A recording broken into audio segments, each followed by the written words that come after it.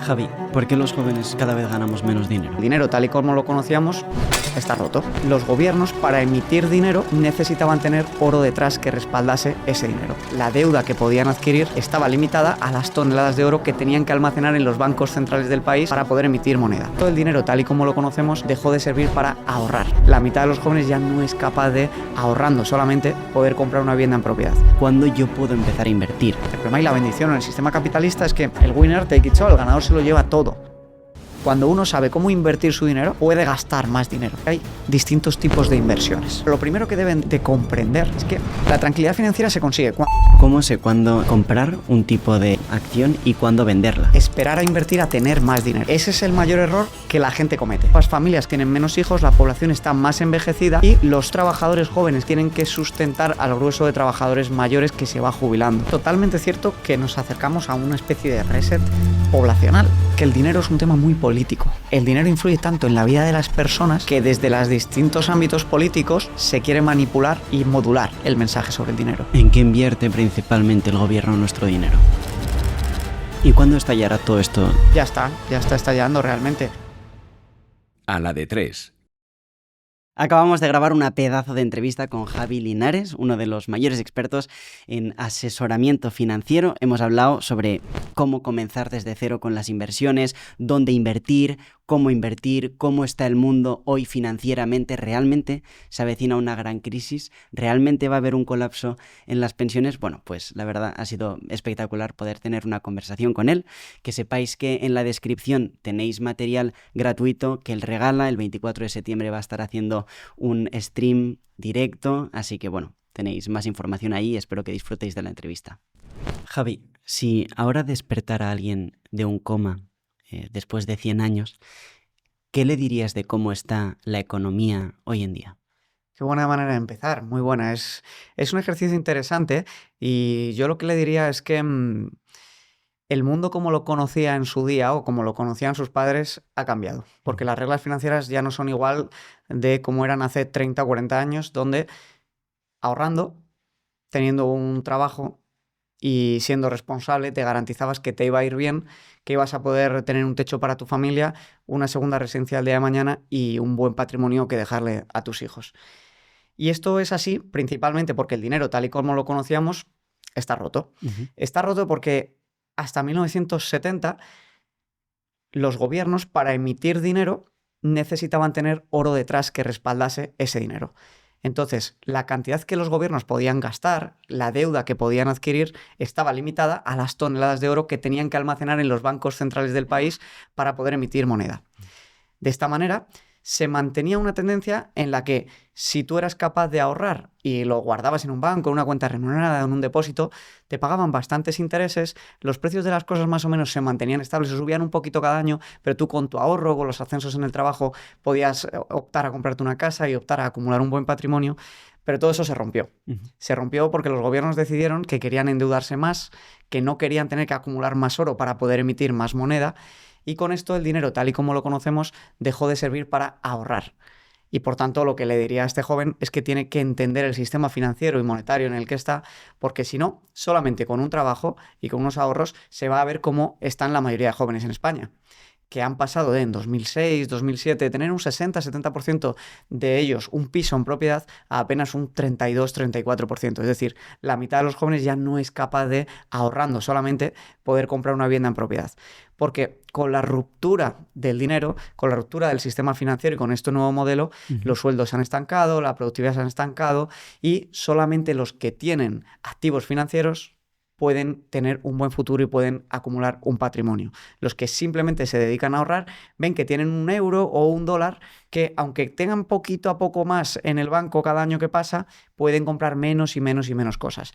Y entonces esto sirve bastante bien para ejemplificar qué es lo que está pasando hoy en día con la economía, que la mayoría de las personas trabajadoras han sido engañadas porque se les prometió que ahorrando un poquito y teniendo un buen trabajo iban a ganar un dinero que les iba a poder permitir tener una vida muy digna. Y están viendo pues que cada vez pasa menos. Esto al final también guarda relación con cómo está evolucionando las sociedades. Y es que, sobre todo en el mundo desarrollado, cada vez tenemos menos hijos. Y entonces se está enfrentando un problema el Estado en el que vemos que las nuevas familias cada vez tienen menos hijos, la población está más envejecida y los pocos trabajadores jóvenes que hay tienen que sustentar al grueso de trabajadores mayores que se va jubilando. Y esto les mete mucha presión porque ahora tienen un dinero que está roto, que sirve cada vez para comprar menos cosas, pero encima nos damos de bruces con la realidad de que los jóvenes hoy en día pagan mucho más impuestos de lo que pagaban los jóvenes hace muchos años. Y por tanto, se dan con la realidad de que su dinero compra menos, pero encima compra menos y lo que tienen de dinero les quitan más en impuestos para sufragar un estado del bienestar y un sistema de pensiones que cada vez se va engordando por esta crisis de natalidad que también enfrenta el sistema. ¿De qué manera afectará a España que cada vez nazcan menos niños? Mira, es muy fácil de comprender. Hace apenas 15-20 años, el peso de las pensiones en el presupuesto del Estado era en torno a un 20-25%. Hoy en día, 20-25 años después, el peso del presupuesto entre pensiones y repago de la deuda, que la deuda se adquiere para poder pagar las pensiones, ya está en el 46%. Eso es hoy en día. Pero es que se estima que para 2040 va a haber 1 de cada 2 personas en España que sea mayor de 64 años. Esto quiere decir que el Estado se va a ver obligado a cada vez recaudar más dinero en impuestos para poder pagar las pensiones y gastar menos en otras partidas, como infraestructuras, no meter tanta presión fiscal a los ciudadanos, que les permitan montar empresas, que les permitan quedarse más dinero del sueldo que generan. Y en definitiva lo que va a meter es muchísima presión a todos los que hoy tienen entre 20 y 40 años, porque se van a ver obligados a que la inmensa mayoría del dinero que pagan vaya destinado a pagar las pensiones de los mayores, que a ellos les prometieron, obviamente, que la iban a tener y con actualizada el IPC y todo esto, es decir, actualizada la inflación, cuando se jubilasen. Entonces esto mete mucha presión al sistema porque lo que ocurre es que los ingentes recursos que tiene el Estado no van para fomentar la creación de riqueza, sino para mantener la promesa que se le ha hecho a la población de que van a tener unas pensiones dignas y actualizadas al IPC. ¿Y cuándo estallará todo esto de las pensiones? Ya está estallando realmente. Ya se está pudiendo invertir mucho menos dinero en otras partidas que harían que España creciese y que fuese más productiva como país. El sueldo de los españoles lleva totalmente estancado, si lo ajustamos a la inflación, más de 25 años. Y esto afecta de lleno en la calidad de vida de los ciudadanos. Si tú miras qué ha pasado con España después de la crisis financiera del 2007, de la gran crisis que estalló, encontramos que el ciudadano medio menor de 35 años tiene hoy en día un total de menos del 60% de riqueza de lo que tenía en ese momento. Del grupo poblacional entre 35 y 50 años, un 30 y un 45% menos de riqueza. Y el único que ha ganado poder adquisitivo es el que tiene más de 65 años. ¿Por qué? Porque es el único que sus pensiones sí que están viéndose ajustadas a la inflación y que, como pudo en su día comprar una vivienda y esta vivienda se ha revalorizado mucho, ha visto aumentar su riqueza. Entonces tenemos un problema grave que no es un problema futuro, que es un problema que ya está afectando pues, a todo el que es menor de 45 o 50 años y que además se da la paradoja de que este sistema que se ha prometido que se va a mantener realmente no se va a poder mantener, no van a poder garantizar este crecimiento de las pensiones a toda la población, porque si tú miras la pirámide poblacional, que está totalmente invertida, que es la distribución de personas en función de su edad, hoy en día la mayor franja está entre los 40 y los 60. Cuando esta generación se jubile, lo que va a ocurrir es que va a quedar muy poquitos por debajo que puedan pagar las pensiones de estas personas. Y hay una gran mentira en la población, que es que el dinero que cotizaron los que hoy están jubilados se ahorró, se invirtió y entonces tienen derecho a ese dinero que ellos cotizaron y que pagaron. Pero esto no es así, realmente no hay hucha de las pensiones. Las pensiones de hoy se pagan con los trabajadores de hoy. Esto quiere decir que cuando esta franja poblacional que está arriba, que se jubila, sea mucho más grande y no haya suficientes trabajadores abajo para pagar, pues va a haber problemas y van a tener que hacer estos ajustes. Entonces esto realmente puede traer incluso conflictos sociales el día de mañana. Javi, antes has hablado de que el Estado, bueno, creo recordar, se endeudó, ¿no? Entonces, ¿ahí fue cuando empezó todo el tema de las pensiones o no? O sea, ¿cuándo empieza este problema? El problema empieza... ha sido paulatino su desarrollo. Ha sido paulatino a medida que la natalidad ha ido bajando en el país, porque al final el sistema de pensiones, cuando se creó en 1930, 1940, había cerca de 15 trabajadores por cada pensionista. Y hoy en día en España creo que ya estaba entre 3 y algo trabajadores. Y se estima que solo llegue a un trabajador y medio por cada pensionista. Entonces, claro, se hizo con la premisa de que el trabajador se iba a morir a los 70, 72 años y que además había un montón de gente joven para pagar la pensión del trabajador. A medida que la esperanza de vida ha ido aumentando y la natalidad se ha ido reduciendo, claro, esto está metiendo muchísima presión al sistema. Entonces, fue hasta el 2010, 2011 que sí que se generaba más en el pago de cotizaciones sociales que lo que se gastaba en pensiones. Entonces había una hucha de las pensiones. Pero a medida que todo esto fue convergiendo, que la esperanza de vida fue aumentando, que cada vez había menos hijos por cada trabajador y que además un tercer problema añadido, que los jóvenes cada vez cobraban menos y los pensionistas cada vez cobraban más, nos hemos dado de bruces con la realidad de que con las cotizaciones de los que hoy están trabajando no se puede pagar con estas pensiones. Entonces la hucha se vació hasta tal punto que se lleva en España pues prácticamente 20 años en los que el Estado recurre a deuda para pagar las pensiones actuales. ¿Y por qué los jóvenes cada vez ganamos menos dinero? Bueno, principalmente es por la productividad. La productividad al final es cuánto es capaz de generar un trabajador, porque al final por la ley de la oferta y la demanda, generalmente cuanto más genera un trabajador, más puede cobrar. De hecho, esto se ve muy bien si tú, por ejemplo, analizas la evolución de la productividad en España con Estados Unidos. En Estados Unidos la productividad se ha disparado porque es un mercado que está más liberalizado, las empresas les cuesta menos contratar un trabajador. Por ejemplo, para que te hagas la idea, si tú en España quieres pagar 150.000 euros brutos a un trabajador, al empresario le va a costar 190.000 y al trabajador netos le van a llegar apenas entre 80 y 85.000 euros, de los 190 que paga el trabajador. En cambio, en Estados Unidos, para pagarle 150.000 dólares a un trabajador, al empresario le costaría unos 170 y algo mil y le quedarían unos 125.000 netos al trabajador. Entonces, por un lado, de problemas de productividad tenemos la inversión en I+D, que España es uno de los países que menos invierte en investigación y desarrollo. Tenemos también la alta carga impositiva que hay en España, que está en línea con Europa, no es algo solo de España, pero sí en Europa, que a un trabajador medio, a uno medio, no al de 150.000, se levante un 60% de impuestos si contamos con Seguridad Social, IVA e IRPF. Y claro, todo esto hace que España no sea un país demasiado atractivo para contratar y pagar caro al talento, porque entre lo que pagas, los impuestos directos, indirectos, cotizaciones sociales y lo difícil que está España para crear una empresa, pues hace que los salarios pues no hayan crecido mucho, que no haya muchas empresas queriéndose instalarse en España y que en definitiva el caldo de cultivo para crear negocio y generar riqueza pues no sea el que más ha propiciado que los salarios hayan crecido. ¿Y entonces España cada vez es un país más pobre?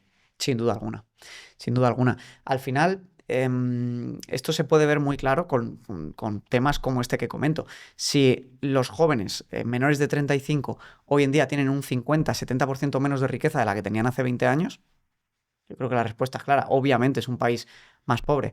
Si el joven antes, menor de 35, podía tener en un 70% de probabilidad una casa en propiedad antes de cumplir los 35 y hoy en día apenas es un 30 y tantos %, obviamente es un país más pobre. Si las listas de espera de la sanidad se han multiplicado por 2 o por 3 en los últimos 20 años, obviamente estamos en un país más pobre.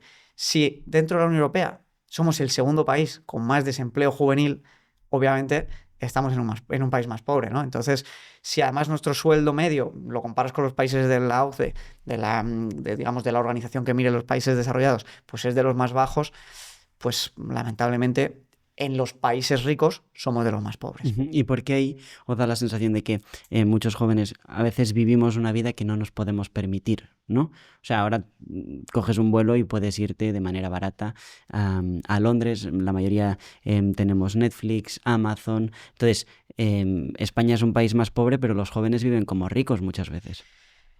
A ver, si vivir como ricos es compartir habitación, no poder comprarte una casa, no tener la tranquilidad y la seguridad de que vas a poder tener una familia porque no sabes dónde la vas a poder crear y no poder acumular riqueza, yo creo que eso no es vivir como ricos. Es una falsa riqueza. Es que ni siquiera es falsa, es que no es una riqueza. Lo único que ocurre aquí es que con el estallido de la tecnología hay cosas que han bajado de precio y otras que han subido muchísimo. La inflación, que es la subida de precios de todo lo que nos rodea, no afecta por igual a todas las partidas.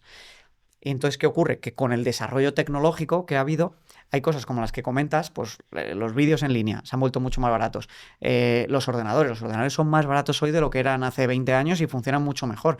Yo recuerdo cuando mi padre compró el primer ordenador que costó cerca de 2.000 euros y era una tartana, apenas podías hacer nada con él. Y hoy en día, en cambio, tienes ordenadores por 600 euros que son increíbles. El móvil hoy de 150 euros es 1000 veces mejor que el Nokia, que costaba más en su día.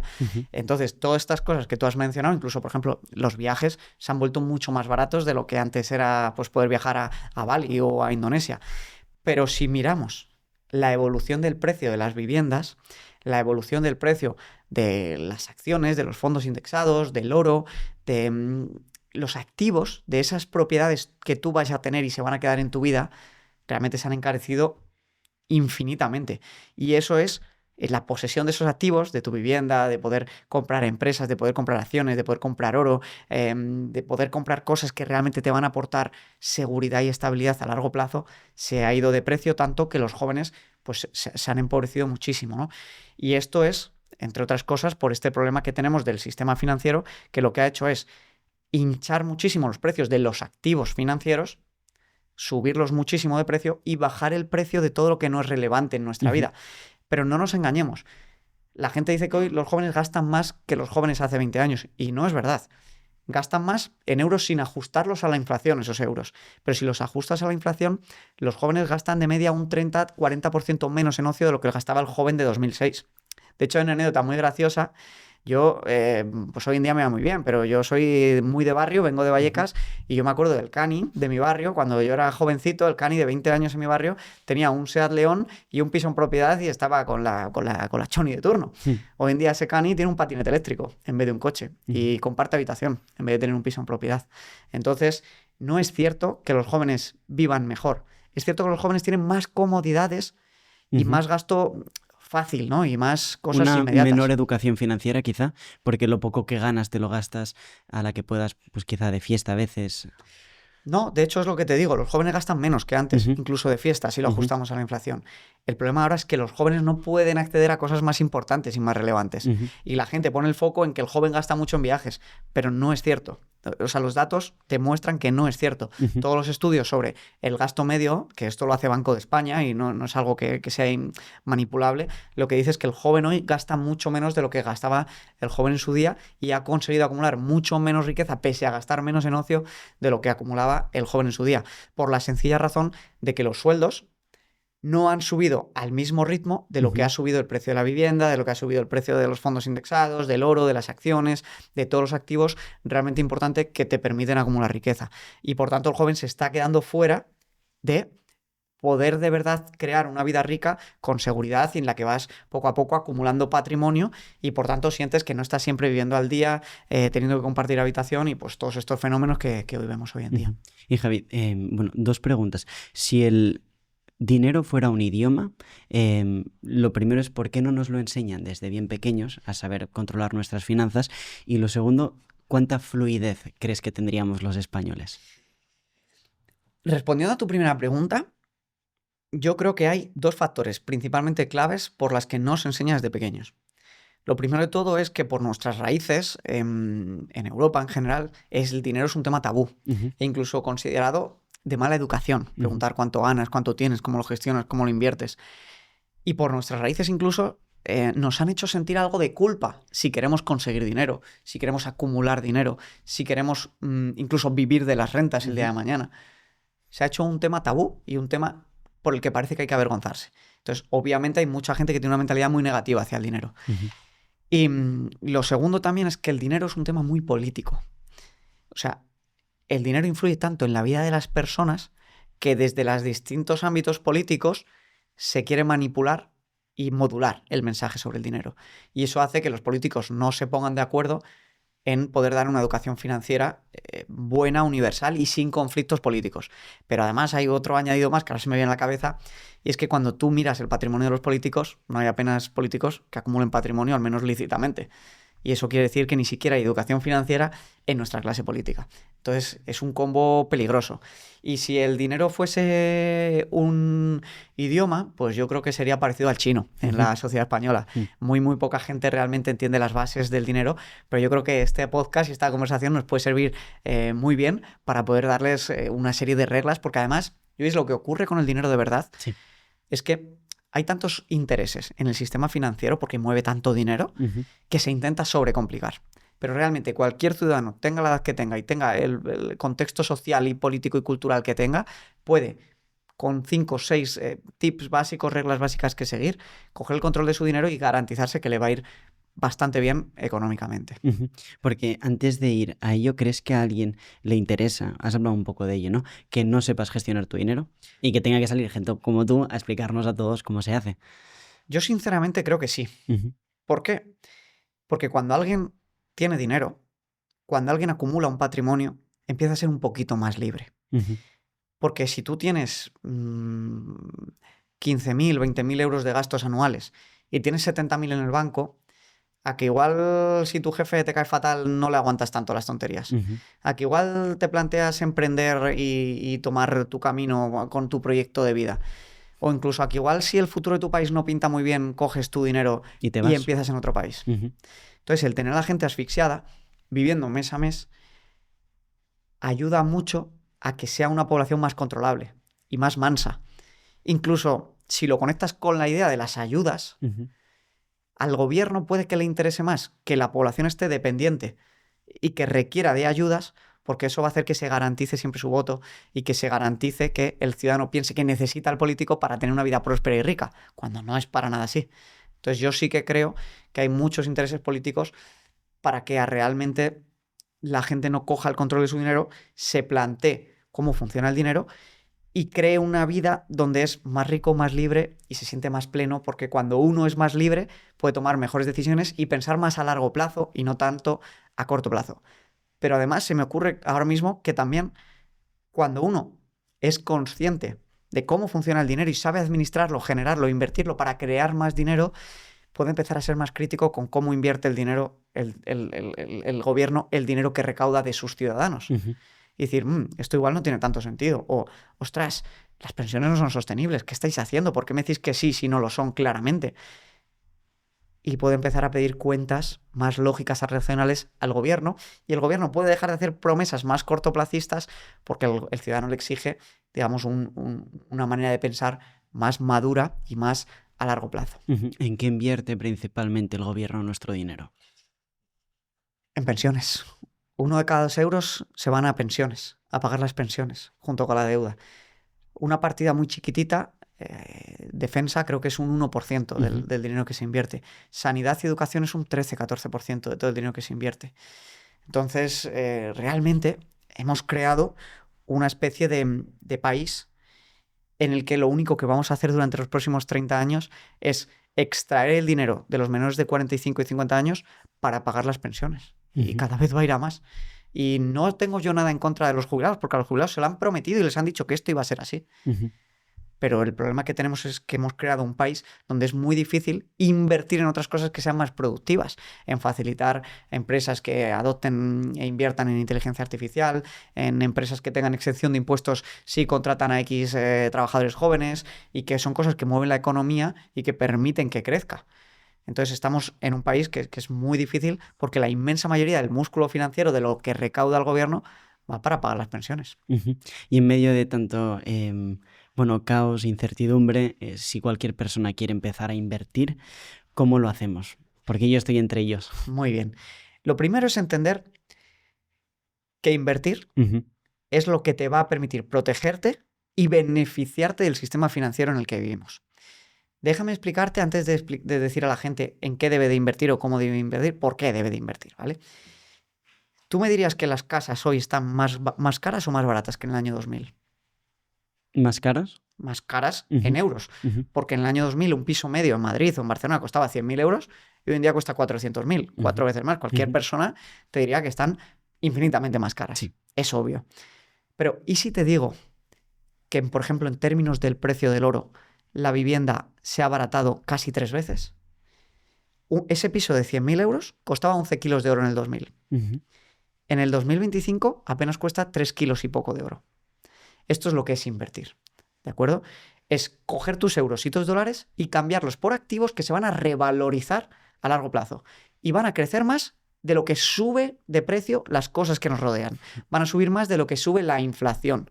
Entonces, invertir no es algo especulativo, que es ir al casino, ir a la bolsa, a jugárnoslo todo a una sola acción. No, invertir es elegir activos de mucha calidad que son limitados, son escasos y han demostrado a lo largo de la historia, por ejemplo, el oro lleva más de 5.000 años entre nosotros, batir a la inflación y proteger nuestro dinero y hacer que nuestro coste de vida cada vez sea menor. Ujú. Invertir es coger nuestros euros o dólares y cambiarlos por activos que van a ir creciendo de valor, incluso nos pueden generar rentas.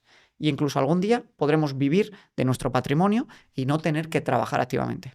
¿De acuerdo? Ujú. Entonces, esta es la clave. Invertir es coger nuestro dinero que se va a depreciar. Es importante entender esto, a la gente le pagan en euros o dólares que cada vez valen menos por una sencilla razón. El 45% de los dólares y euros en circulación se han creado en los últimos 10 años. Si tú te pagan con algo que cada vez es más abundante, pero los pisos que hay son los que hay, o el oro que hay es el que hay, o las empresas que hay es el que hay, o la comida que se puede producir es la que se puede producir, no puede crecer al mismo ritmo de lo que crece la oferta de moneda, ¿qué va a pasar? Que va a subir de precio en euros y dólares, ¿no? Entonces, invertir es entender que tus euros y dólares no valen para nada y que van a tender a cero, de verdad, esto es así. Ujú. Si tú entras en la Reserva Federal, que es el Banco Central de América, de los Estados Unidos, hay una estadística oficial de la Reserva Federal, que es el encargado de emitir los dólares, que te dice Purchasing Power Evolution of Dollar, evolución del poder adquisitivo del dólar desde 1900. ¿Cuánto poder adquisitivo crees que ha perdido el dólar desde 1900? No tengo ni idea. El 99%. Ujú. O sea, esto es alucinante. Y una vez que lo Ujú. entiendes, te das cuenta de que los euros y dólares están bien para gastar en el día a día, pero no para proteger tu patrimonio o, peor aún, para crear patrimonio y garantizarte que vas a tener una buena vida. ¿De acuerdo?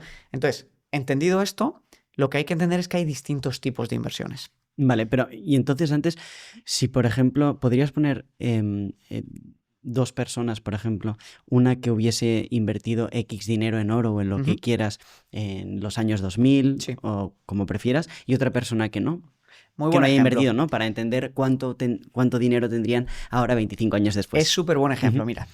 Los rendimientos de las inversiones desde el 2000. Los Ujú. tengo en la cabeza porque además hace un par de semanas hice un vídeo justo analizando las inversiones desde el año 2000, porque llevamos 25 años de este siglo y era un ejercicio interesante Ujú. para hacer, ¿no? Entonces, el oro ha multiplicado cerca de por 11 su Ujú. valor desde el 2000. La inversión en el IBEX 35, que es el índice español, se había multiplicado por algo más de 4 veces su valor. La inversión en el SP500, que son las 500 empresas más grandes con sede en Estados Unidos, Ujú. la había multiplicado por cerca de 8 o 9 veces su valor. La inversión en vivienda había multiplicado por 4 veces su valor. En Madrid, por ejemplo. O el precio de la vivienda, se puede decir, habría subido 4 veces. Ujú. El euro ha perdido, o sea, los precios de todo lo que nos rodean desde el 2000 han subido un 74% de precio. Esto quiere decir que si tú hubieras mantenido 100 euros en el banco, ahora te comprarían un 70% menos de lo que te compraban en el año 2000. Ujú. Si tú hubieses cambiado esos euros por oro, tendrías 10 veces más euros. Y entonces, aunque lo que ahora costaba 100, ahora te cueste 170, tú tendrías 1000. De Ujú. 10 hubieras, o sea, de 100 hubieras pasado a 1000. Ujú. Entonces te seguiría pareciendo que las cosas se han abaratado muchísimo. Cuando cambias tus euros y dólares a activos que se revalorizan, se te vuelve todo muchísimo más barato y te es muy, muy fácil batir a la inflación y obtener rentabilidades positivas.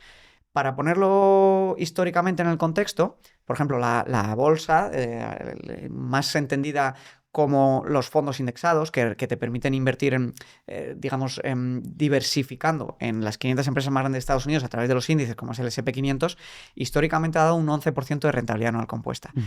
Esto quiere decir que de media, cada 10 años multiplicas cerca de por 3 tu dinero, cada 10 años.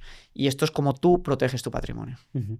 ¿Y qué pasaría si yo ahora, por ejemplo, invirtiera 300 euros en 30 años? ¿Cuánto dinero tendría? Bueno, imagino, dependiendo de en qué invierta, ¿no? Pero Es muy buen ejercicio. ¿Te importa que saque el móvil y lo sí, vemos en claro, directo y le adelante. ponemos al ejemplo Ujú. para que vea cómo funciona la inversión y lo que es el interés compuesto? Ujú. Claro que sí. Porque yo creo que esto es muy, muy útil. Porque luego también me preguntaba, al igual que el valor del oro pues ha subido, el valor de SP500, ¿hay cosas que también hayan bajado? Sí. Mira, si quieres, hacemos el ejercicio del Sí. interés compuesto y las rentabilidades y luego vemos cómo poder invertir sin tener el conocimiento Ujú, diversificadamente y garantizándote que esos activos sí que van a subir de valor. ujú, Porque hay que entender que una cosa es invertir y otra es especular. Y hay gente que pone todo su dinero en una sola acción y efectivamente, aquí viene un dato importante, el 94% de las empresas acaba consiguiendo rendimientos cercanos al cero o negativos. ujú. Es decir, no todas las empresas que tú compres se van a revalorizar y entonces podrías poner en riesgo tu dinero. Pero hay instrumentos como los fondos indexados, que si quieres después hablamos, que te permiten que comprando un solo fondo indexado tengas diversificación y han demostrado en 100 años que nunca jamás han tenido un periodo de 15, 20 o 25 años negativo. Y esto es gracias a su sistema de diversificación y si quieres luego Vale, genial. entramos. Pero este ejercicio es muy bueno para Ujú. convencer a la gente de cómo con poquito dinero al mes puedes acabar acumulando Ujú. muchísimo, ¿no? Ujú. La rentabilidad del SP500 decíamos que era de un 11% anual. Si le restamos un 2%, que es la inflación oficial, nos daría una rentabilidad real, es decir, después de la subida del precio de todo, del 9%, ¿no? Vamos a ver cómo funcionaría una inversión en el SP500 en el periodo que tú quieras. Luis, Ujú. ponme el ejemplo que quieras ver. Bueno, oro durante 30 años. 30 años. Vale, bueno, asumiendo un 9% de rentabilidad anual compuesta, que ha sido similar a la que Ujú. ha conseguido el oro en los últimos 30 años, pues mira, veríamos que hubiéramos ido aportando 300 euros cada mes, Ujú. con 0 euros iniciales, Ujú. hubiéramos puesto de nuestro dinero 108.000 y se hubieran convertido en 553.000 Wow. euros. Claro, es que es una pasada. Es una pasada. Ujú. Es el poder del interés compuesto, Ujú. que lo que quiere decir es que la rentabilidad no es sobre tu dinero inicial, Ujú. sino sobre el total que vas acumulando, ¿no? Tú imagínate que inviertes 10.000 euros. Pues si el primer año se revaloriza un 10%, pasarías a tener 11.000 euros. Pero si el año siguiente vuelve a subir un 10%, no es sobre los 10.000 iniciales, sino sobre los 11.000. Y de esta manera, poquito a poco hace que el dinero acabe multiplicándose por mucho. Ujú. Y todo el mundo está preparado para... Bueno, todo el mundo está preparado para invertir, imagino que con la buena formación sí, que además tú tienes una, no sé si nos podrás contar un poco. ¿Y cuándo yo puedo empezar a invertir, no? Ujú. Porque quizá invertir 100 euros no vale la pena, o no lo sé, o... Bueno, ese es el mayor error que la gente comete, Ujú. esperar a invertir a tener más dinero, ¿no? Ujú. ¿Por qué? Porque, mira, volviendo al ejemplo de la calculadora de interés compuesto, que me gusta Sí. mucho porque le sirve a la gente para entender la potencia, ¿no? Imagínate que eres un joven de 18 años Ujú. que puede trabajar los veranos Ujú. y que consigue ahorrar 1.200 euros cada año en esos veranos, o como yo, que arbitraba partidos de baloncesto y te da para ahorrar pues esos 100 euritos que parecen poco, ¿no? Si, por ejemplo, solamente ahorrando de los 18 a los 50, a los 58, que serían 40 años, esos 100 euritos al mes, hubiera ahorrado un total de 48.000 euros a lo largo de esos 40 años y los convertiría en 471.000 euros, con 100 euros al mes. Ujú. Este ejercicio, que se ve muy bien cuando uno empieza joven, es un ejercicio que todo el mundo también debe plantearse cuando tiene hijos. Porque muchas veces, si tu hijo nace y le empiezas a aportar 100 euritos a un fondo indexado, fíjate, cuando tenga 20, 30, vaya capitales le puedes hacer acumular que le permiten comprarse un piso o dar la entrada para una vivienda o pagarle una universidad en Estados Unidos o darle la ayuda para que monte un negocio. La inversión es para todo el mundo, independientemente de que puedas empezar con poco capital. De hecho, creo que Iván Espinosa de los Monteros en su libro decía algo así como que si pones 3.000 euros en el banco, bueno, o a invertir, ¿no? A trabajar en tu hijo cuando nace, luego ya te olvidas y va a tener una pensión y bueno. Así es, porque con el interés compuesto puedes acabar acumulando muchísimo capital empezando con muy poco. Yo animo a la gente a que haga sus cálculos, porque cuando la gente lo ve con sus propios ojos, se da cuenta de lo importante y lo necesario que es invertir, y sobre todo hoy en día es fácil. Hoy en día, por ejemplo, con los fondos indexados, tú puedes comprar un ranking de empresas, el SP500, las 500 empresas más grandes con sede en Estados Unidos, o el MSCI World, las 3.600 empresas más grandes del mundo desarrollado, y han demostrado dar entre este 7 y 11% de rentabilidad anual compuesta en más de 100 años. Y no ha habido nunca un periodo de 20 años en el que la rentabilidad fuese negativa, ni siquiera de 1929 a 1949, que hubo Primera Guerra Mundial, Segunda Guerra Mundial, el crack del 29, que fue una depresión económica tremenda en Estados Unidos. El SP500 dio un 4% de rentabilidad anual compuesta. Ni siquiera se perdió dinero en ese periodo. Cuando tú inviertes, por ejemplo, en el S&P 500, la probabilidad de perder en el año que inviertes es de un 29%. Si tú mantienes tu inversión por 5 años, se baja ya al 10% la probabilidad de perder dinero invirtiendo. Y si tú amplías el horizonte de que mantienes tu inversión durante 15 o 20 años, ya se baja al 0%. ¿Y qué pasaría, por ejemplo, una persona, bueno, de 70 años o una cosa así, que no puede, bueno, quizás sí, pero invertir a 30 años? ¿Hay algún tipo de inversiones pensadas para estas personas para que tengan una devolución rápida, si es con poco dinero? Bien, lo que uno tiene que entender es que normalmente cuando uno es joven tiene todo el tiempo por delante del mundo y poco dinero. Y eso te facilita que empezando con 100 euros, por ejemplo, acumules mucho dinero a lo largo de tu vida. Pero cuando uno es más mayor, normalmente también tiene más capacidad de ahorro. O sea, el sueldo medio en España, el sueldo mediano, que es como el que más refleja la realidad, son cerca de 2.000 euros en 12 pagas. Pues una pareja, por ejemplo, generaría 4.000 euros. Si puede conseguir ahorrar un 10%, ya son 400 euros al mes para invertir. Con 400 euros, incluso a 15 años, puedes acumular bastante capital. Lo que hay que entender es que la inversión es siempre a largo plazo. Siempre hay que invertir al menos con vista a 10 años. Todo lo que es 1, 2, 3 años, si quieres multiplicar tu capital, ¿sabes lo que te toca hacer? ¿Qué? Trabajar. Y el que te diga lo contrario, el que te venda un método de trading, un tema especulativo, te está engañando. Y lo que quiere es tu dinero. Quiere él ganar dinero rápido gracias a tu dinero, pero tú lo vas a perder. Entonces, la gente tiene que entender que en el mundo en el que vivimos los milagros no existen. Es posible multiplicar tu capital en 7, 10, 15, 20, 35 años, pero no es posible multiplicar tu capital en un año de una manera segura, que haya funcionado a lo largo del tiempo y en el que puedas tener la tranquilidad de que no vas a perder tu dinero. ¿Y cómo podemos detectar a los gurús del trading? Esta gente que te dice, bueno, que como acabas de comentar, ¿no? Que al final quieren tu dinero y entonces tú probablemente lo pierdes todo. Es muy fácil. Si te prometen rentabilidades rápidas, si te dicen que no te lo pienses, que es una oportunidad única, si te prometen rentabilidades mensuales o diarias o anuales por encima del 16, 20, 30%, 20%, 16%, te están engañando. Mira, esto es muy fácil de comprenderlo. Warren Buffett seguro que te suena. Sí. Es hoy en día uno de los 10 hombres más ricos del mundo y yo creo que ha llegado a estar incluso en el número 1 de la lista de más ricos del mundo. La rentabilidad histórica de Warren Buffett ronda entre el 14 y el 16%. Con su empresa de inversión, ¿no? De Berkshire Hathaway, que canalizan el dinero de inversores e invierten en empresas.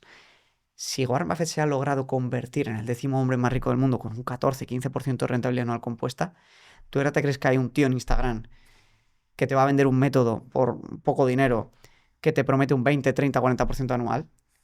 Se convertiría en muy poco tiempo en el hombre más rico del mundo, en el profesional más cotizado de todo Wall Street, y le harían ofertas de miles de millones por ponerse a trabajar en fondos de inversión. Entonces, esa comparativa con el patrimonio que ha logrado acumular Warren Buffett gracias a ese 14, 15, 16% de rentabilidad anual compuesta, con lo que te prometen en Instagram, ya te hace ver que te están engañando probablemente. Y entonces, fiándonos de ti, Javi, ¿cómo hacemos para empezar a invertir? O sea, si ahora alguien nos está escuchando, pues está mirando la tele, el 20% de las personas que miran a la E3 lo hacen a través de la tele, bueno, pues están con el móvil o con el portátil y ponen una segunda pestaña. ¿Qué hacemos? ¿Dónde nos metemos? ¿En qué invertimos? No sé si tienes... Lo primero, que no se fíen solamente de mí, que yo les sirva para abrir la mente y que ellos por su cuenta verifiquen. Esto es lo más importante siempre a la hora de evitar caer en estafas, por favor. Que ya sea Javi Linares, ya sea Perico de los Palotes, nunca te creas todo a la primera. Que te sirva para inspirarte, abrir la mente y verificar si lo que te dicen es cierto. Yo lo que digo, lo digo con mi formación, que me he formado como asesor financiero, llevo 12 años invirtiendo, he ayudado a 5.000 personas, tengo más de 350.000 seguidores en YouTube. Lo que te digo es desde mi experiencia con mi propio capital y de ayudar a muchas personas y de formarme como profesional, ¿vale? Sí, sí. Y nosotros, uno de los valores de la E3 es formar a la sociedad y obviamente también tenemos mucho en cuenta a quién traemos, así que... Exacto. Entonces, lo que yo les diría a las personas es que hay distintos tipos de inversiones. Pero lo primero que deben de comprender, ¿vale? Es que incluso antes de invertir hay que tomar una acción muy concreta, que es la de tener un pequeño fondo de emergencia. No se puede uno lanzar a invertir a la torera. No puedes pasar de estar viviendo día a día a pasar a invertir. Es muy importante, antes de lanzarse a invertir, tener un fondo de emergencia de al menos entre 1 mes y 3 meses de costes de vida. ¿Por qué queremos hacer esto? Porque no queremos que cojamos, invirtamos todo en fondos indexados, o todo en oro, o todo en un inmueble, o todo en Bitcoin, o todo en renta fija, y al mes siguiente caiga un poquito el valor de nuestras inversiones, nos asustemos porque no tenemos nada en el banco y lo vendamos en pérdidas.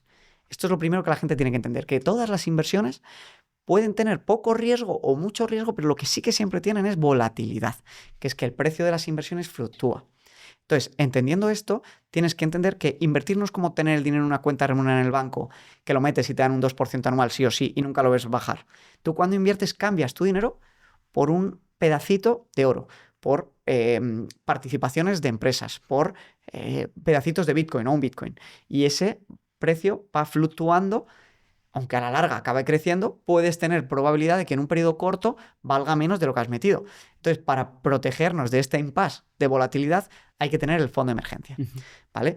Luego la gente lo que tiene que entender es que hay distintos activos de inversión y cada uno debe elegir los distintos activos de inversión que más se adecúen a sus objetivos y perfil de riesgo. ¿Qué quiero decir? No es lo mismo necesitar el dinero en 3 años que en 5 que en 25.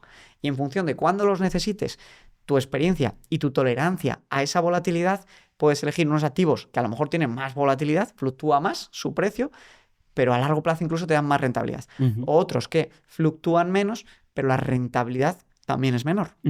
¿Vale? Entonces, el activo más famoso que hay y el que todo el mundo tiene que tener sí o sí en su cartera son las acciones o la renta variable. Las acciones, explicada para principiantes, son simplemente comprar un pedacito de una empresa. Y lo que la gente tiene que entender es que tú no puedes ir por la vida gastando tu dinero en todo lo que te rodea, el nuevo iPhone, el portátil, el McDonald's, la cerveza de Heineken, gastando dinero, dando dinero a empresas sin tú ser propietario de ninguna de ellas. Porque tú, para ser propietario de ellas, no hace falta que lo seas al 100%, ni que montes la tuya propia. Puedes comprar una participación en un fondo indexado, que es un fondo de inversión que invierte en estas 500 empresas más grandes de Estados Unidos o las 3.600 más grandes del mundo entero, que puedes invertir de 5 euros al mes y que te da un porcentaje muy pequeñito de estas empresas. Y entonces pasas de ser solamente un mero consumidor a ser también propietario de estas empresas que se benefician de cuando otros consumidores se gastan el dinero en ellas. Obtienen más dinero y como les va mejor, acaban revalorizándose. Y como se revalorizan, la participación que tú tienes, que a su vez posee todas estas participaciones, va creciendo de valor en este porcentaje que habíamos comentado anualmente. Entonces, lo mejor de los fondos indexados es que no tienes que saber de bolsa, de renta variable, de análisis de empresas, de sectores concretos para invertir.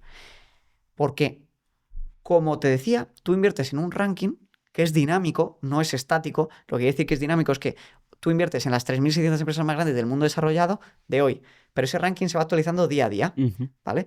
Y entonces, lo que se ha visto, además, es que es muy difícil elegir cuál va a ser la que más se revalorice. Porque normalmente la que más se revaloriza hoy no es la que más se revaloriza en 30 años. Entonces tienes que estar constantemente cambiando tu dinero de una a otra y eso lo hace muy difícil y hace que el inversor medio que intenta hacer esto no tenga apenas rentabilidad, ¿vale? Entonces los fondos indexados, para evitar esto, lo van actualizando siempre el ranking y se ha visto que los últimos 100, 200, 300 años ha dado esta rentabilidad entre el 7 y el 11% de rentabilidad anual compuesta.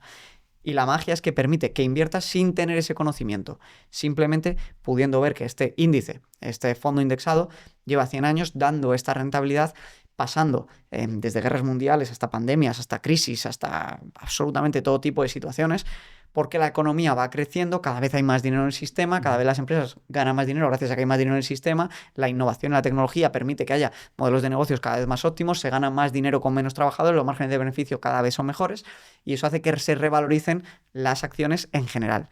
No todas, como hablamos, el 94% de ellas tienden a desaparecer. Y lo que te permiten los fondos indexados es estar siempre invertidos en ese top de acciones que les va bien a largo plazo. Pero si encima hay una de ellas que lo empieza a hacer mal, como es un ranking, lo que va ocurriendo es que va bajando puestos en el ranking y otra la acaba sustituyendo. Entonces el fondo indexado echa por ti esa empresa que ya no le va bien y mete otra que está creciendo. Entonces es una lógica muy buena porque lo que te permite es estar constantemente en las mejores del momento e ir actualizándose sin que tú tengas que hacer absolutamente nada. Y si ahora yo te dijera, tengo 300 euros para invertir todos los meses, ¿dónde invertirías estos 300 euros todos los meses que luego quizá iré aumentando? No sé si podremos escalarlo luego. Bueno, los puedes escalar si tu capacidad de ahorro va aumentando, pero incluso si inviertes 300 euros... No, bueno, me refería contigo, o sea, que luego hagamos la prueba de, oye, pues ya tengo más dinero, a ver si podemos 1.000 euros donde invertir, bueno. Genial. Yo no me complicaría. Volviendo al tema de los activos que estábamos comentando, hemos hablado de la renta variable. Luego tienes el oro. El oro, por ejemplo, ¿qué tiene de mágico? Que lleva 5.000 años entre nosotros. Ante el oro ha estado el Imperio Español, los romanos, los corintios, los otomanos, absolutamente todas las grandes civilizaciones. ¿Y qué tiene de mágico el oro? Que ha resistido al colapso de todas esas civilizaciones y a todas las divisas de esas civilizaciones. ¿Y por qué el oro? ¿Por qué el oro? Muy sencillo.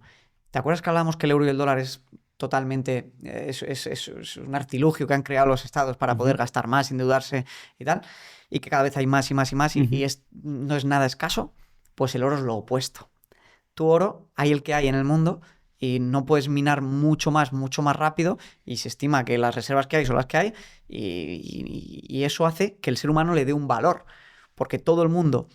viva en Rusia, viva en Corea del Norte, viva en China, viva en Estados Unidos o viva en Europa, sabe el oro que hay, le ha atribuido a lo largo de su historia, muy inherente al ser humano, unas cualidades de metal precioso, lo adoramos, hay gente que lo lleva de joyería, pero sobre todo hemos confiado en que el oro va a ser capaz de aguantar carros y carretas, guerras, cambios de imperios y que todos los que vengan posteriormente a nosotros le vamos a dar ese valor. Y como es muy limitado, es predecible. Al contrario que el euro y el dólar, que cada vez hay más. Entonces, cuando tú mides el valor del oro en precio de euro o dólar, se acaba revalorizando porque el oro, creo que había como en todo el mundo, creo que son como, no sé si eran 2 o 6 piscinas olímpicas puestas una encima de la otra, ese es todo el oro que hay en el mundo. En cambio, el dinero que hay en el mundo es totalmente abundante y cada vez hay más. Entonces, lo que ocurre con el oro es muy sencillo de entender, se va revalorizando. Además, como el oro no depende de ningún estado en concreto, tú puedes vender tu oro en cualquier parte del planeta que todo el mundo te lo va a aceptar. Todo el mundo quiere el oro. De hecho, el oro se ha utilizado siempre en la historia para resguardar el valor de una moneda, de una divisa, para lo que hablábamos de poder emitir divisa. En 1940, 1950, 1960, los bancos centrales tenían un 70% de oro en sus bóvedas para garantizar el valor de la moneda.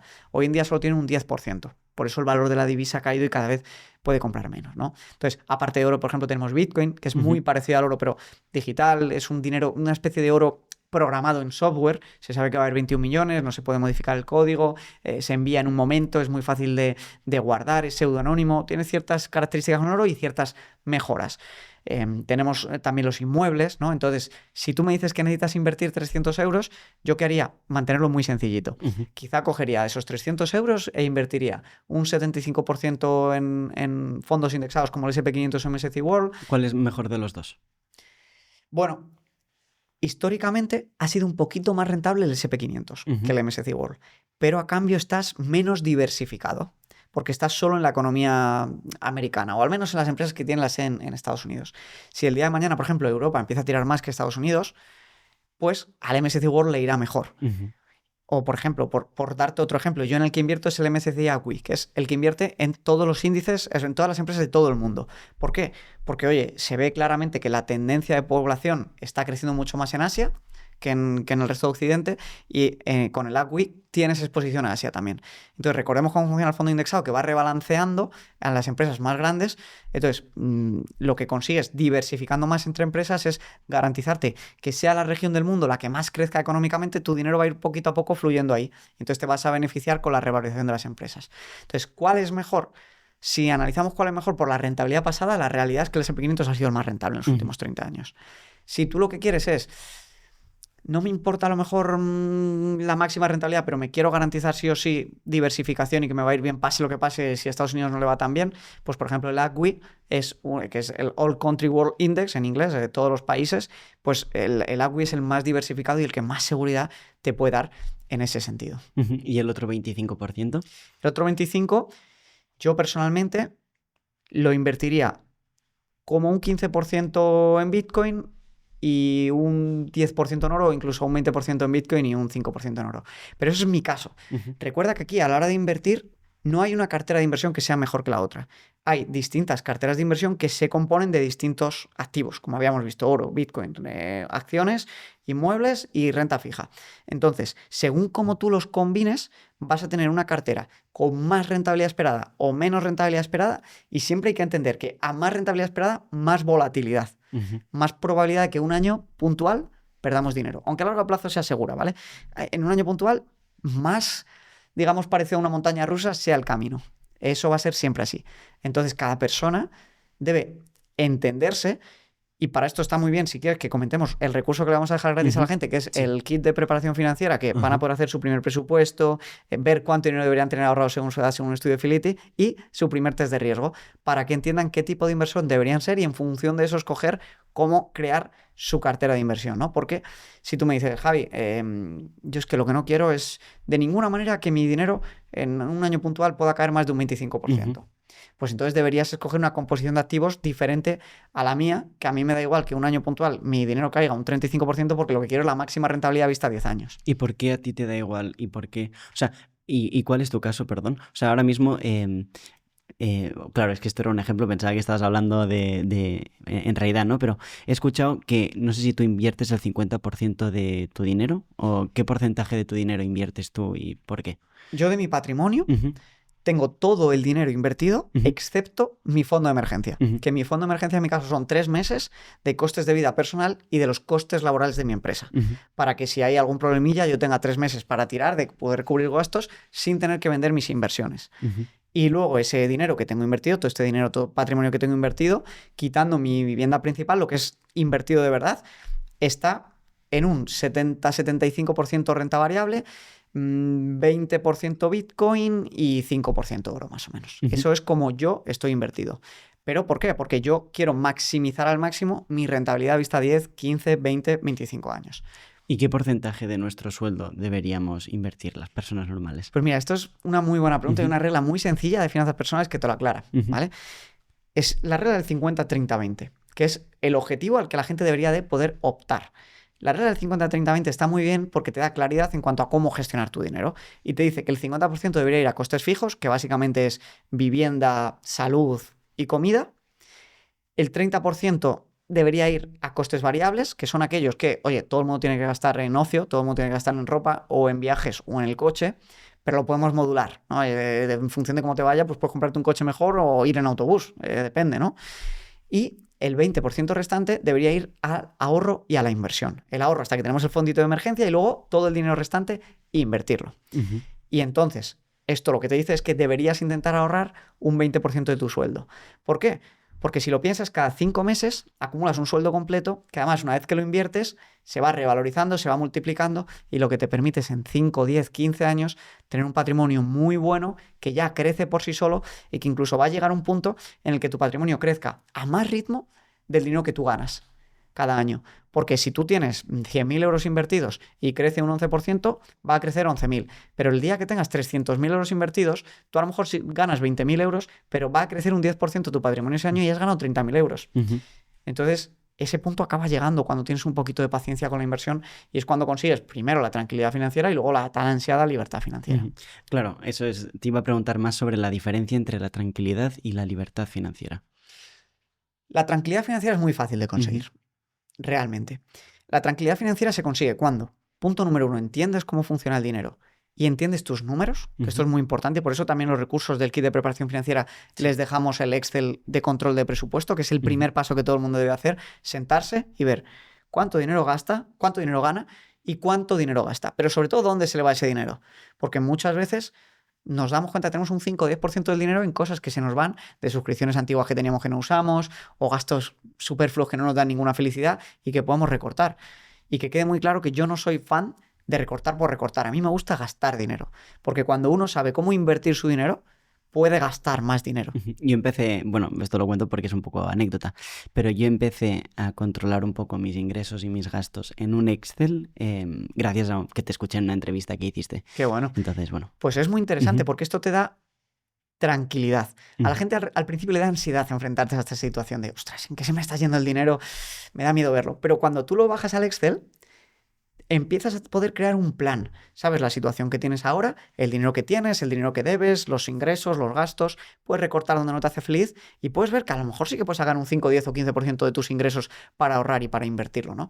Entonces este es el primer paso para tener tranquilidad financiera, hacer tu primer presupuesto. ¿Crees que hay alguna relación entre que el consumo de ansiolíticos o temas farmacológicos ha aumentado tanto en España con que la gente no tiene tranquilidad financiera? Somos uno de los países que más ansiolíticos toma por cada 100.000 habitantes. Y no solo eso, sino que relacionado con tu tema de los ansiolíticos y el dinero, una de las principales causas de divorcio son los temas económicos en las parejas. Y eso es por no tener claro la situación que tienen y tener un plan conjunto y común de hacia dónde quieren ir como pareja con el dinero. Y es muy importante enfrentarse a la situación. Porque muchas veces la ansiedad tiene muchas causas, pero muchas veces una de las maneras de aliviarla o incluso eliminarla es tener un plan de acción que te saque de la situación en la que estás. Y para eso hay que entender tu situación, ¿no? Entonces, por supuesto que sí. Entonces, la tranquilidad financiera empiezas a tenerla cuando enfrentas tu situación, sea la que sea, buena, mala o mejor.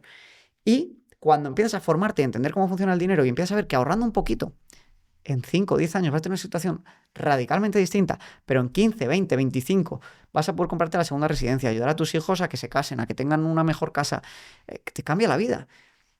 Y la tranquilidad financiera la tienes desde el momento que tomas acción y vas avanzando en ese camino sabiendo que tienes un plan. Porque lo dramático es vivir mes a mes o que lo poco que ahorres o lo mucho que ahorres veas que cada vez sirve para menos. O que cada vez el piso que querías se te va escapando porque se va revalorizando, pero tus ahorros siguen iguales. Entonces la tranquilidad financiera se tiene cuando uno afronta su situación, crea un plan y entiende cómo funciona el dinero y va avanzando en ese plan.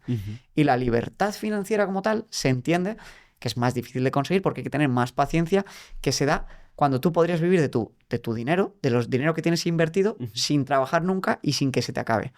Y para entender cuándo podemos conseguir la libertad financiera hay una regla que es la del 4%. Me gusta porque en finanzas ya vemos que no es algo abstracto, sino que hay reglas que te bajan, te bajan al mundo, ¿no?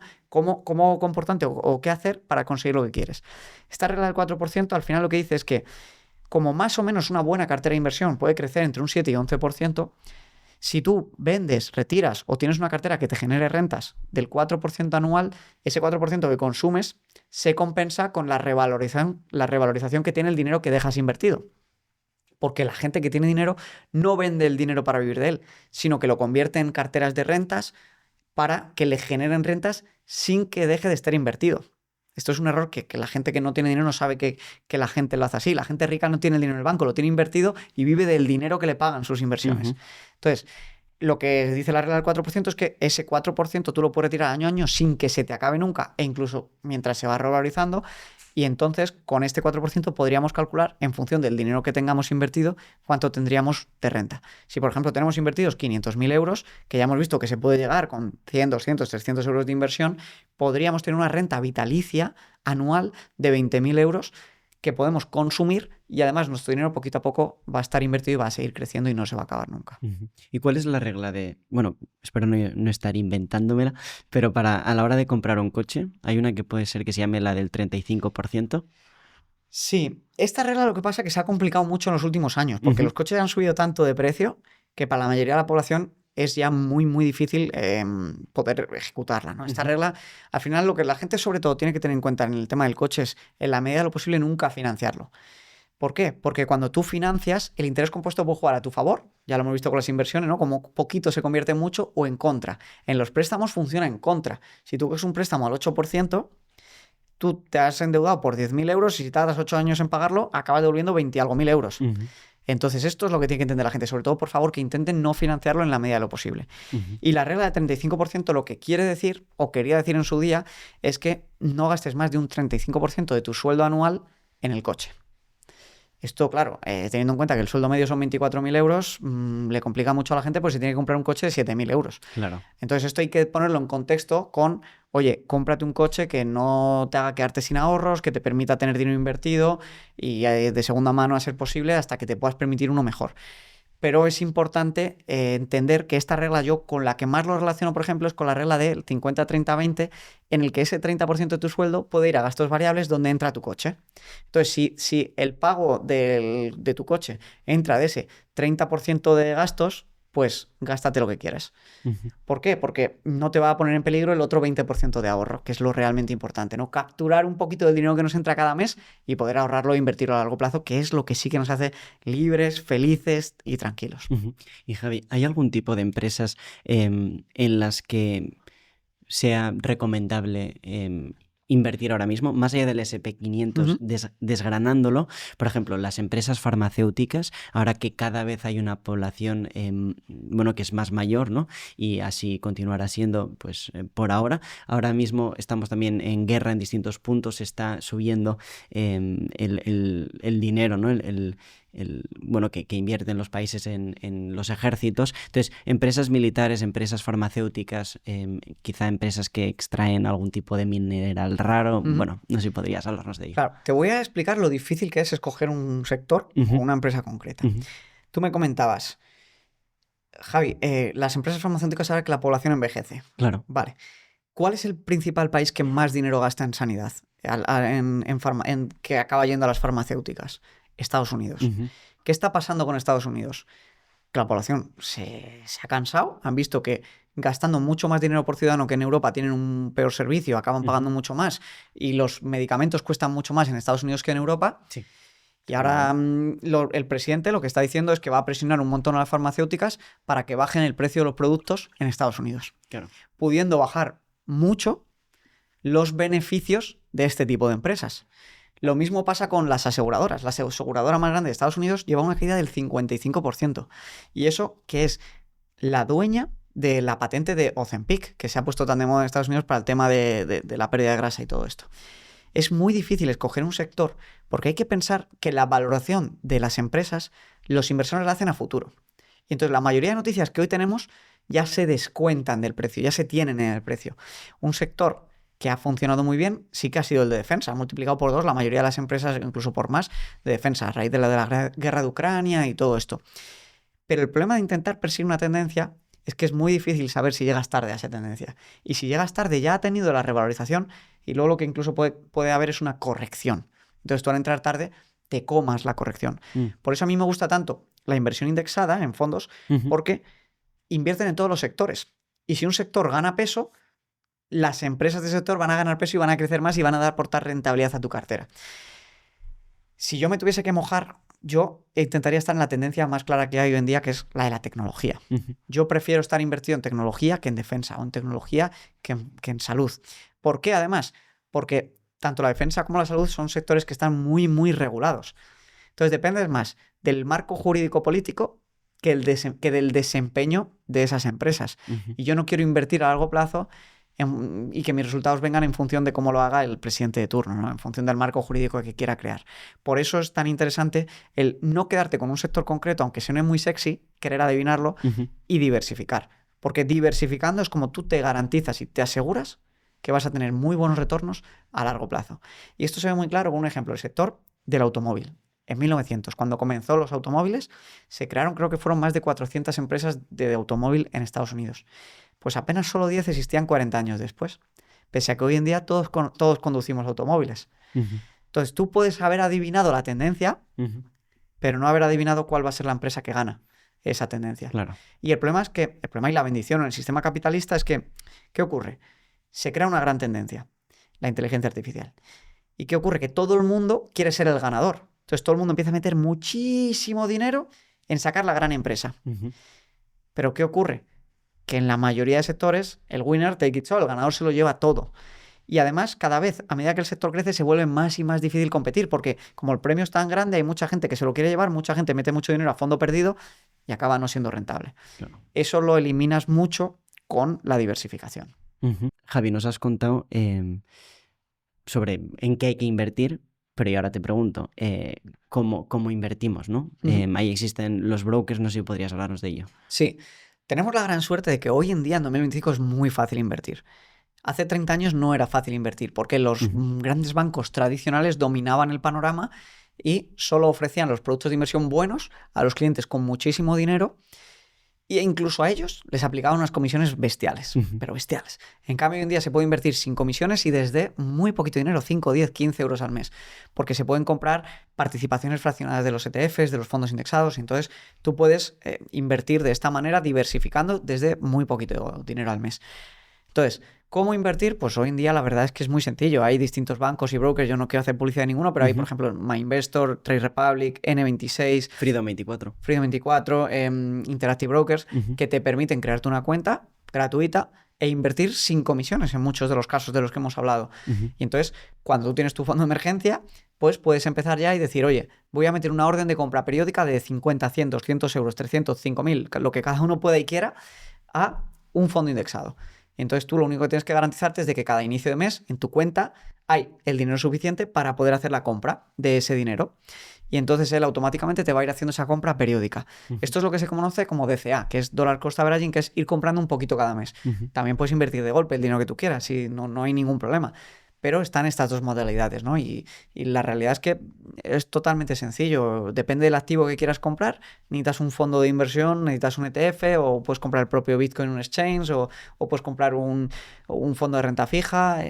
Cada activo, pues digamos que tiene su producto correspondiente, y la gente lo que tiene que hacer es pues buscarlo, coger el que no tenga comisiones e invertir a largo plazo en él. Ujú. Las principales gestoras, por ejemplo, tanto de fondos indexados que te permiten invertir en el MSCI World, S&P 500, ACWI, son Vanguard, Fidelity, eShares, Amundi. Todas estas ofrecen sus productos sin comisiones. Y, por ejemplo, para invertir en oro, pues puedes hacerlo con oro físico, comprando monedas, lingotes, o también puedes comprar ETFs, que es parecido a los fondos de inversión, que lo que te permite es comprar una participación del ETF, y eShares, por ejemplo, pues luego compra por ti el oro, lo almacena en una bóveda, y tú, si sube el oro, pues el precio de tu participación sube, y si baja el oro, el precio de tu participación baja.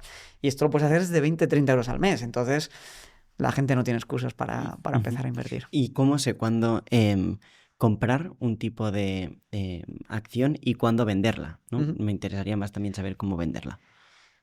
¿Cuándo venderla? En resumidas cuentas, Ujú. nunca deberías vender el activo que has comprado, Ujú. a no ser que cambie tu perfil de riesgo o tus necesidades como inversor. ¿Por qué? Porque recordemos una cosa, incluso si necesitas dinero y tienes ya dinero y quieres vivir de tus inversiones, es mejor pasar tu cartera a una cartera de rentas. Hay fondos indexados que reparten dividendos mes a mes y que te permiten vivir de ellos, y ya está.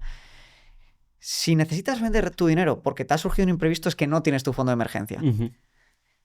Entonces estás cometiendo un error. Deberías tirar de tu fondo de emergencia y luego llenarlo.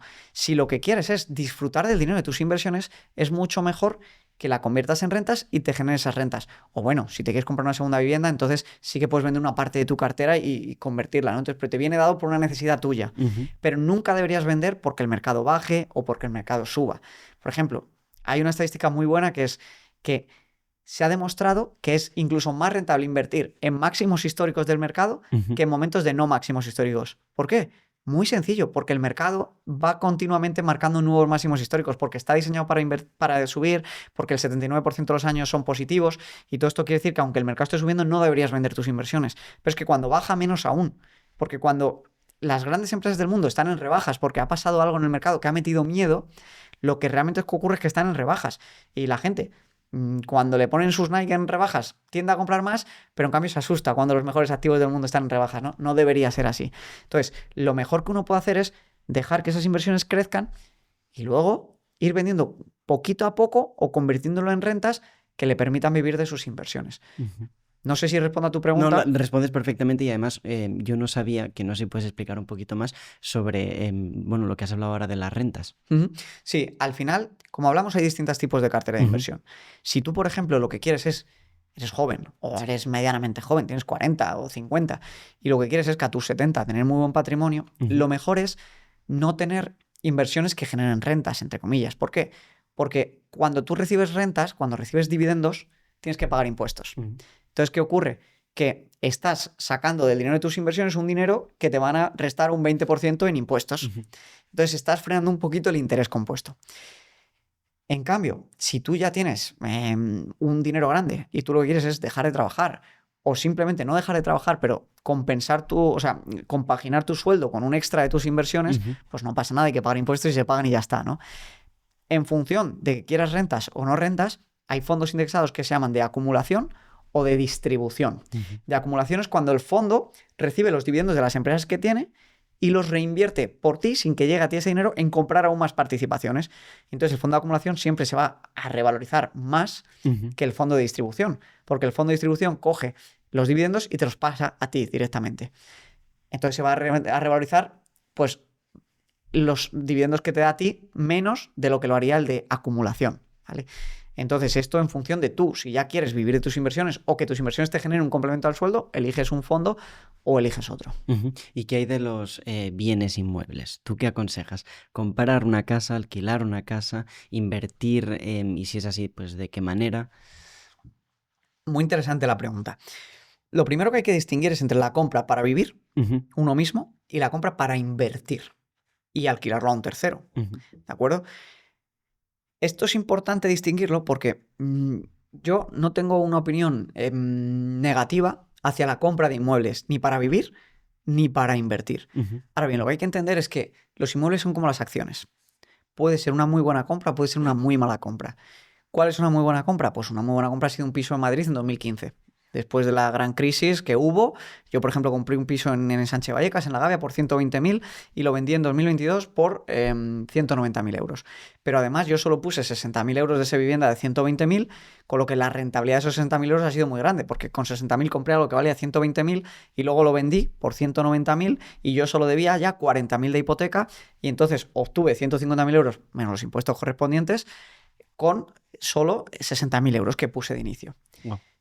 Pero no hay que olvidar que hay zonas de España que todavía no han recuperado el precio que se alcanzó en el 2007. Hay zonas en las que las viviendas hoy valen menos de lo que valían en 2007. De hecho, el mismo piso que yo vendí por 190.000, hubo una familia que lo compró por 220.000 euros en 2007. Y yo lo vendí en 2022 por menos de lo que esa familia pagó 15 años antes. Entonces, con esto lo que quiero decir es que no todas las inversiones en inmuebles son buenas. Hay que ir operación por operación, hacer los números y entender muy bien que el precio de los inmuebles va en función de la oferta y la demanda. La realidad es que la mayoría de las ciudades en España, hoy en día, por el crecimiento poblacional, están recibiendo muchas más nuevas familias de las viviendas que se sacan a la venta.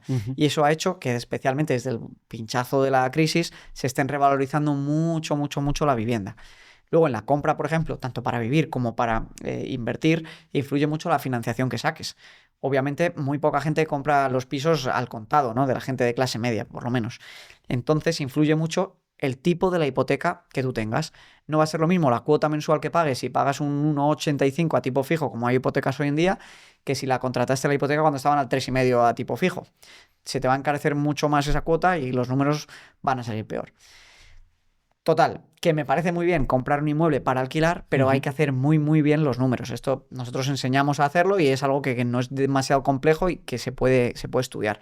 Respecto a comprar para vivir tú mismo, ahí también hay una regla muy sencilla para entender si puede ser buena compra o no.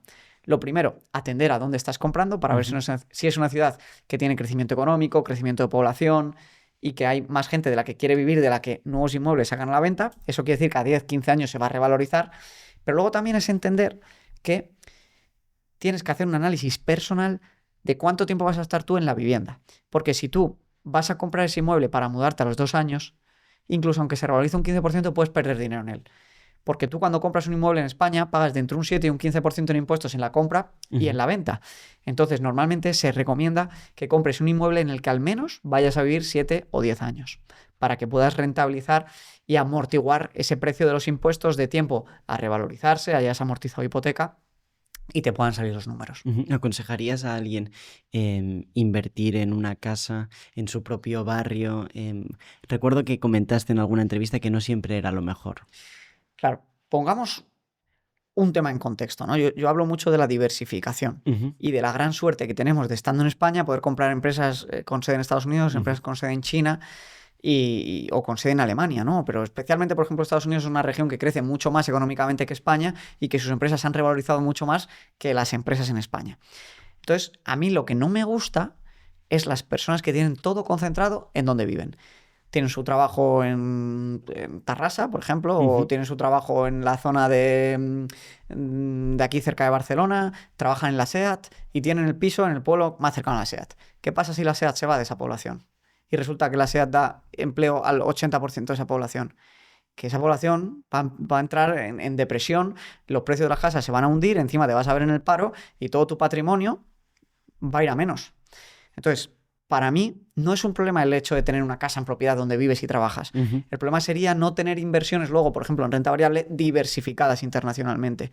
¿Por qué? Porque imagínate ese ejemplo, ¿no? Oye, pues si te echan y encima tu casa se deprecia, pero tu portafolio de acciones se está multiplicando, pues amortiguas muy bien ese golpe económico. Y además va a dar la paradoja de que seguro que tu cartera de inversiones internacional se va a revalorizar más de lo que lo haga esa vivienda. Ujú. Y Javi, hay mucha gente a la que hemos entrevistado que dice que se avecinan distintos tipos de crisis demográficas, económicas, hay colapsos inminentes. No sé qué opinas tú de todo esto. Realmente en 10 años, ¿cómo ves la cosa económica?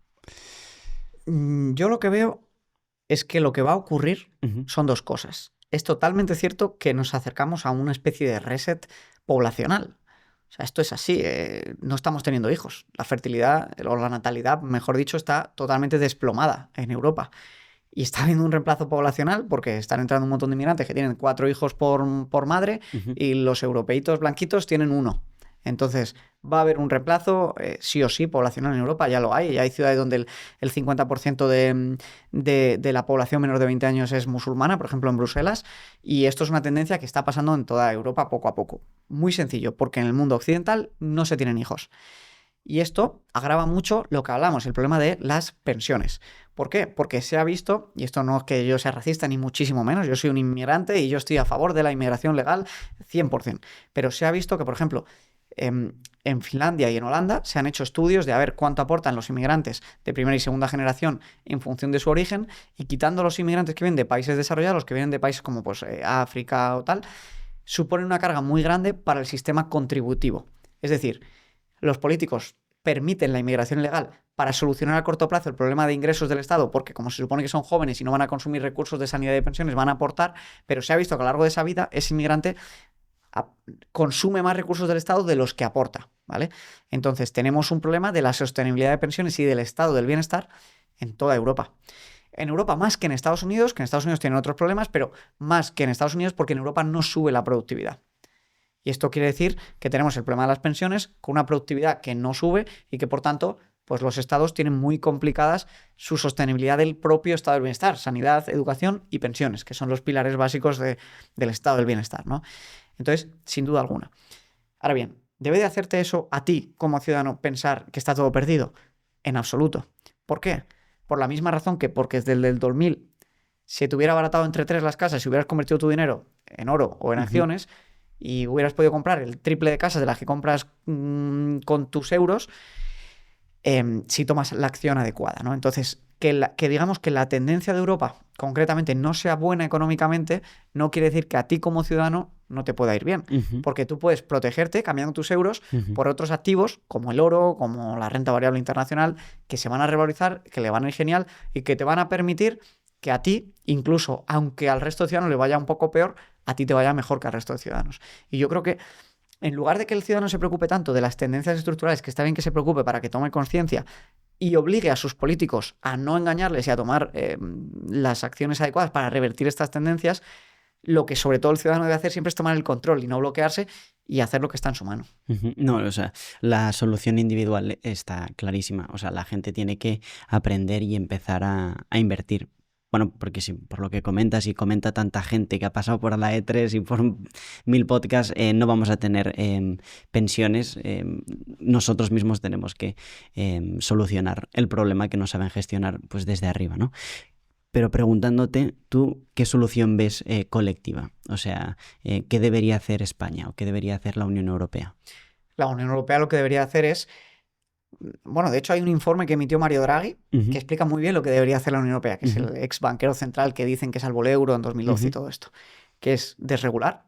La Unión Europea se ha vuelto un infierno para crear una empresa y escalarla, y lo que ocurre es que todas las empresas, en cuanto crecen un poco, ¡pum!, se trasladan a Estados Unidos, porque ahí es más fácil levantar capital, contratar, despedir, pagar más dinero a tus empleados, y entonces como allí es el centro financiero del mundo, se está yendo todo el talento y todo el capital a escalar sus empresas.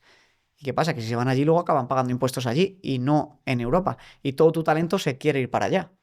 Y eso ha hecho que si tú miras la lista de las 50 empresas más grandes del mundo, apenas haya hoy en día empresas con sede en Europa, empresas europeas, ¿no? Entonces, quitar tantas trabas, que si hay gente, es que incluso para montar una cafetería hay gente que se tira 14 meses para que den la licencia de poder empezar.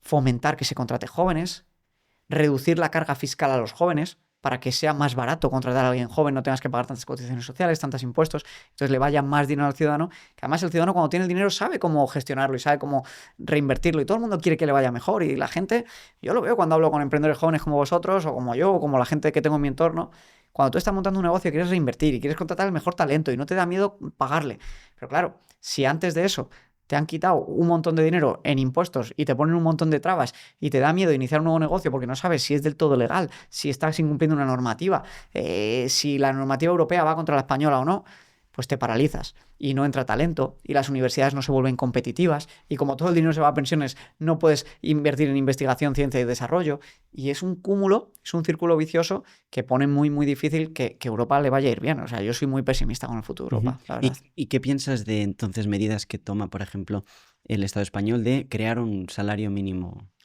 Mira, vital? si te digo que en Suiza se hizo una votación sobre imponer un salario mínimo, que no hay, y salió un 75% que no, ¿qué me dirías? Lo que yo te diría es, en un país en el que se dan las condiciones adecuadas para que sus propios ciudadanos quieran crear riqueza, no hace falta imponer un salario mínimo. En Suiza no hay salario mínimo y el salario mediano es 2 o 3 veces el salario español. No hace falta un salario mínimo, porque el propio mercado ya va a conseguir que la gente pueda cobrar lo que debería de cobrar. Si le das libertad y no lo intervienes y no lo pones 1000 trabas administrativas, burocráticas y de impuestos. El ciudadano medio recibe un 60% menos de lo que el empresario paga por ese trabajador y de lo que luego se tiene que gastar en impuestos directos e indirectos. Si pudiésemos reducir la carga fiscal y le llegase más al ciudadano, inmediatamente estaríamos subiendo el salario mediano real disponible de todos los ciudadanos. Pero además, si permitiésemos que contratar y despedir fuese algo fácil, los empresarios no tendrían tanto miedo en contratar a alguien, pagarle más, porque no les daría miedo despedirles. Si la regulación laboral no fuese tan dura y no te pusiera tantas trabas al despido, sería más fácil contratar. En Estados Unidos, por ejemplo, no hay penalización por despido. Y tienen pleno empleo. No hay que tener miedo a liberalizar el despido. Lo que hay que tener miedo es a poner difícil que la gente pueda contratar. Entonces estamos viendo, por ejemplo, 2 ejemplos de países. En uno no hay penalización ninguna por despido, en Estados Unidos hay pleno empleo, y en el otro no hay salario mínimo y los salarios son infinitamente más altos que en España. Entonces, sin duda lo que hace falta es recortar tanta carga legislativa e impositiva y facilitar el emprendimiento y facilitar que las empresas puedan crecer y escalar. Eso es totalmente imprescindible. España es un país difícil para hacerse rico. Eso es la realidad. De hecho, en Estados Unidos solo el 10% de los millonarios vienen por herencias y en España solo un 30% han conseguido hacerlo de motu propio y el 70% son por herencias. Es un país que está totalmente intervenido y en el que la libertad para el empresario y para el trabajador está muy, muy reducida. Y cambiando un poco cambiando de continente, ¿por qué por qué África es tan pobre? O sea, ¿por qué hay algunos países, algunos continentes donde hay mucha más pobreza? Yo sinceramente ahí no te puedo ayudar mucho con el análisis, más allá de que sinceramente no te sabría hacer el análisis completo y a mí no me gusta dar opiniones cuando no domino el tema, con lo que, o sea, creo que es un tema más social, político y humanístico, ¿no? De que han sido colonias, de que hay mucha corrupción, mucha pobreza, de que ha habido intereses también por parte de Estados de mantenerles pobres. Pero la realidad es que yo no puedo profundizar en ese debate. Yo no te sabría dar una respuesta con rigor. Vale. Javi, volviendo a Europa, teniendo en cuenta que está todo tan complicado, el coste de vida ha crecido, ¿qué nos aconsejarías pues hacer? Y además tú tienes redes con cientos de miles de seguidores desde hace mucho tiempo. ¿Cómo ayudas a las personas? Bueno, yo creo que la conclusión es tremendamente clara. Y es que el que no invierta se va a quemar. Se va a quemar porque los políticos van a seguir endeudándose para poder mantener el sistema Ponzi de pensiones, para poder prometer cada vez cosas más irreales con tal de que le sigan religiendo, y ya hemos visto el resultado en los últimos 20 años. Todo se ha multiplicado de precio. Y los únicos que les ha ido bien han sido los que son capaces de cambiar su dinero por este tipo de activos, invertir y tener paciencia para dejar que se multipliquen. Entonces la única solución es invertir, ¿no? Es que no hay ninguna duda. La gente tiene que crear su cartera de inversión, tiene que planificarse, tiene que coger el control de sus finanzas, y si lo hace, la buena noticia es que pese a que el mundo a su alrededor vaya a peor, a ellos les va a ir mucho a mejor. Y esto ocurre, por eso se habla tanto de los ricos se hacen más ricos mientras que los pobres se hacen más pobres. Sí, porque entienden las reglas del juego. Entonces, lo que tú tienes que hacer es entender esas reglas del juego y jugar con ellas. Al final, estoy seguro que si tú juegas una partida al Monopoly, todo el mundo sabe que tiene que comprar viviendas para que cuando la gente caiga en esa casilla le den dinero. Pues esto es exactamente lo mismo. Si tú estás jugando en el Monopoly real y no tienes activos, no tienes inversiones, tú solo gastas tu dinero y no te entra, no se revaloriza lo que tienes. Y acabas viviendo pues estresado, agobiado y comiéndote toda esta tendencia que sí que es negativa. ¿Y podrías hablarnos un poquito más de los servicios que ofreces a toda la gente que te sigue, que te escucha? Sí, bueno, por una parte nosotros tenemos nuestro canal de YouTube, que es gratis, que somos más de 350.000 personas ahí, y pues intentamos siempre educar sin palabrejos complejos, desde la sencillez, desde la honestidad y sin intereses ocultos, para que la gente aprenda a planificarse y a invertir de manera gratuita. Y luego, aparte de esto, lo que tenemos es la mayor escuela de finanzas personales y de inversiones, donde tenemos una formación de 0 a 100 para pasar de ahorrador a inversor. Pero aparte de lo que es formación, porque nosotros, lo que son simplemente un curso de Búscate la Vida, hemos visto que la gente necesita un poquito más allá, ¿no? Entonces, lo que complementamos esto es con un servicio de tutores financieros, que es gente que viene a trabajar en bancos, siendo banquero privado, asesor de grandes fortunas, y lo que hace es que se trabaja contigo codo a codo, con 3 llamadas individuales, para poder juntos analizar tu situación, ayudarte a hacer el primer presupuesto, ayudarte a fijar los objetivos, analizar dónde se te está yendo el dinero y analizar qué oportunidades hay para poder ahorrar e invertir. Y trazar un plan, un paso que es totalmente personalizado y claro a claro, y paso a paso. Puede ser comprarte una segunda residencia, puede ser dejar en herencia a tus hijos, puede ser crear una renta para complementar tu pensión y poder vivir mejor, o simplemente puede ser acumular patrimonio para vivir más tranquilo. Se puede hacer de todo, y cuando la gente ve el poder del interés compuesto y lo baja abajo y tiene a alguien que ya ha ayudado a miles de personas a estar en el camino de conseguirlo, le da un optimismo en su vida tremendo, ¿no? Entonces tenemos este servicio para que aquel que, aparte de formarse, pues quiere este acompañamiento. Y la verdad es que estamos muy contentos porque tenemos miles de clientes, muchísimas buenas opiniones y a la gente pues nos dice que la verdad que le cambia la vida ver que ya está en el camino de poder crear ese gran patrimonio y poder vivir más libre y más feliz, sí. Y tenemos una cita para el 24 de septiembre. Tenemos una cita muy importante porque es un evento que solo hacemos una vez al año. Y en él lo que vamos a ver es cuáles son los grandes problemas que tenemos en la próxima década, cómo funciona el sistema financiero y monetario en el que vivimos, por qué el dinero está roto, pero sobre todo, basta ya de hablar de problemas, lo que vamos a hablar es de soluciones, ¿no? Sí, dar esperanza a la gente. Exacto. Cómo planificarse y cuáles son las mejores inversiones para la próxima década. Lo vamos a ver en directo, cara a cara, se pueden apuntar aquí abajo y por apuntarse totalmente gratis y sin compromiso, luego vayan o no vayan, se llevan nuestro kit de preparación financiera, que es el primer paso para pasar de ser ahorrador a inversor, que es el presupuesto. Es el estudio de Fidelity en el que te dice cuánto dinero deberías tener ahorrado según tu edad para, digamos, garantizarte que te va a ir bien. Y luego el primer perfil de riesgo para asomarte al mundo de las inversiones y ver qué tipos de cartera pues son para ti. Pues si eso es todo, Javi Linares, muchísimas gracias por haber estado este rato con nosotros. Estarán todos los links en la descripción del vídeo, de la entrevista. Y bueno, pues muchas gracias por abrirnos a todos un poco la mente en todo el tema de las inversiones. Gracias, tío Luis. Ha sido un tremendo placer y un honor estar aquí en vuestra casa. Si te ha gustado esta entrevista, tenemos otra por aquí que te va a encantar. Muchísimas gracias. A la de 3.